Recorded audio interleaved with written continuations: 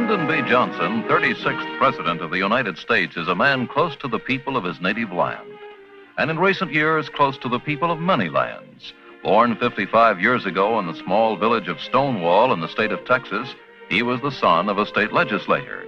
His relationship with people runs the full gamut of human experience, from worker on a construction crew to teacher of youth in his state schools. Lyndon Johnson went to Washington for the first time in 1932. Within 2 years, he had begun the study of law, married Claudia Taylor, and become a friend and firm supporter of President Franklin Delano Roosevelt. 5 years later, he was elected to the House of Representatives, and 11 years after that to the Senate of the United States. As his party's majority leader, he guided the legislation of the American Congress throughout the Eisenhower administration. In 1955, he fell ill and returned to his beloved ranch to rest and recuperate.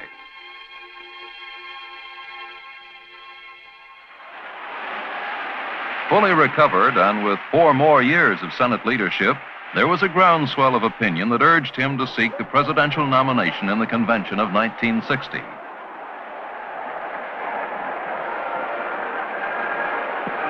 This he did, backed by the honored Speaker of the House of Representatives, Sam Rayburn. We think that he is one of the most capable men in the United States.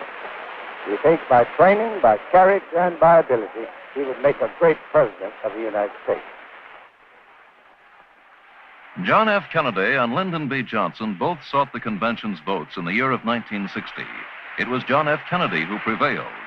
And it was now presidential candidate John F. Kennedy who immediately sought out his friend and close associate of the Senate, Lyndon B. Johnson, and asked him to run for the second most important position in the nation, the vice presidency. Johnson accepted. The convention nominated him. He campaigned the country from one border to the other. Where Kennedy could not speak, Johnson spoke. Both pledged to the identical Democratic platform, both placing before the voters the identical Kennedy policies and ideals. Both men were dedicated to the task of moving the country forward in the 20th century. And on Election Day, the people of the United States gave the team of Kennedy and Johnson victory at the polls.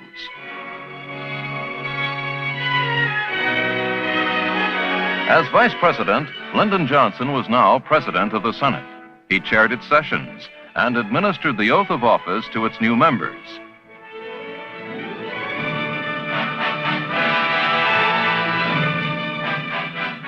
One of them was President Kennedy's younger brother, Senator Edward M. Kennedy. He represented President John F. Kennedy in Manila, carrying with him the goodwill of the United States and assurances that the United States would be prepared to stand fast in defense of freedom when and if it should be challenged.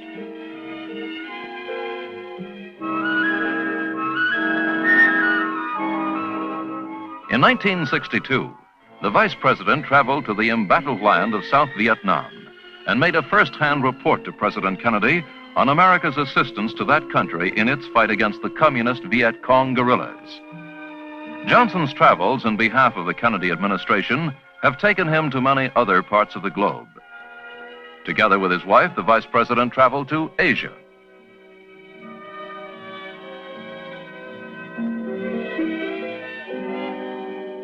In India, the former teacher presided at the opening of a college and laid its foundation stone. In Pakistan, he made the acquaintance of a camel driver, Bashir Ahmed. The two men became friends. After Johnson returned to the United States, Ahmed repaid the visit. Early in his political career, Lyndon Johnson learned from his friend and mentor, Sam Rayburn, that politics is the art of the possible. It was something he never forgot. And when Speaker Sam Rayburn died, it was both President Kennedy and Vice President Johnson who attended the funeral. This was a solemn occasion, the passing of an old friend, a mentor, and a great legislator. Again, tragedy came to the world. When United Nations Secretary General Dag Hammarskjöld died in a plane crash in the Congo in the fall of 1961, it was Lyndon Johnson who acted as the representative of the United States at the great world leader's funeral.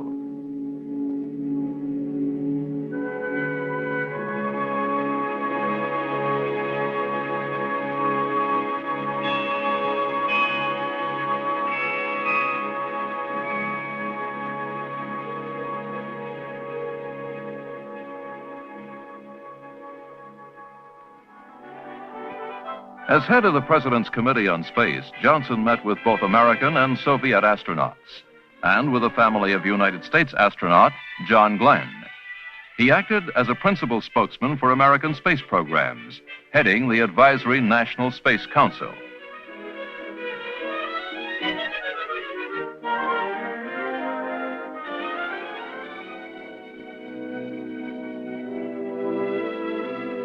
One of the vice president's trips abroad took him to Rome. To many in the square of St. Peter's, it was the first sight of the man who is now President of the United States.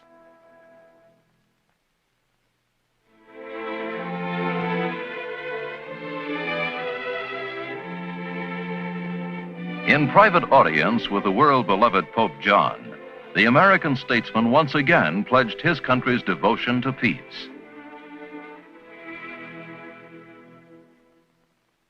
Lyndon Johnson's belief in justice extended far beyond the borders of the United States. Johnson flew to the divided city of Berlin, carrying with him his country's assurances that free Germans would not stand alone.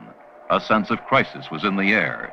Germans on both sides of the border were incensed, and Lyndon Johnson came swiftly to the scene to calm their anxiety.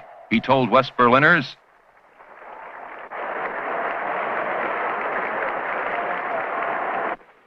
"Freedom can prevail and peace can endure."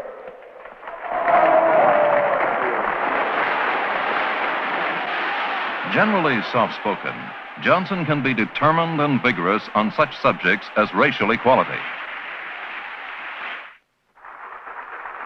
The legitimate goal is for every American to receive exact and even and equal justice regardless of his race or his color.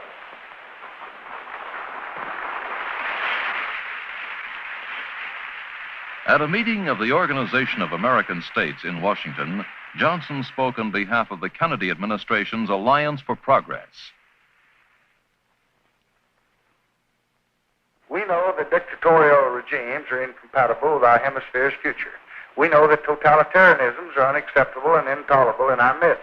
If we're to keep our hemisphere moving forward, our first and our foremost task together is to keep it free and to keep it in peace.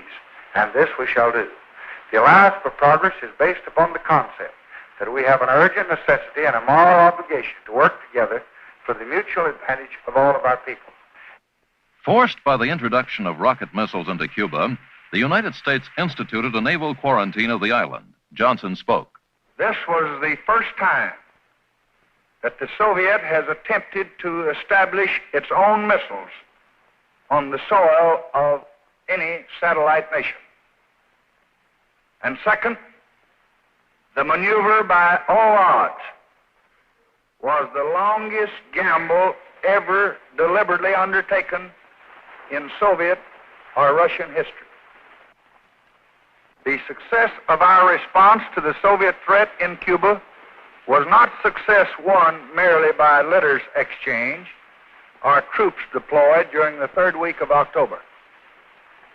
That success was the consequence of continuing efforts that our country has been making for more than 15 years, and yes, for more than 150 years. In the wake of that success, realism requires us to hold steadfastly on our course, not doing less, but attempting to do what more the times require to assure our total strength.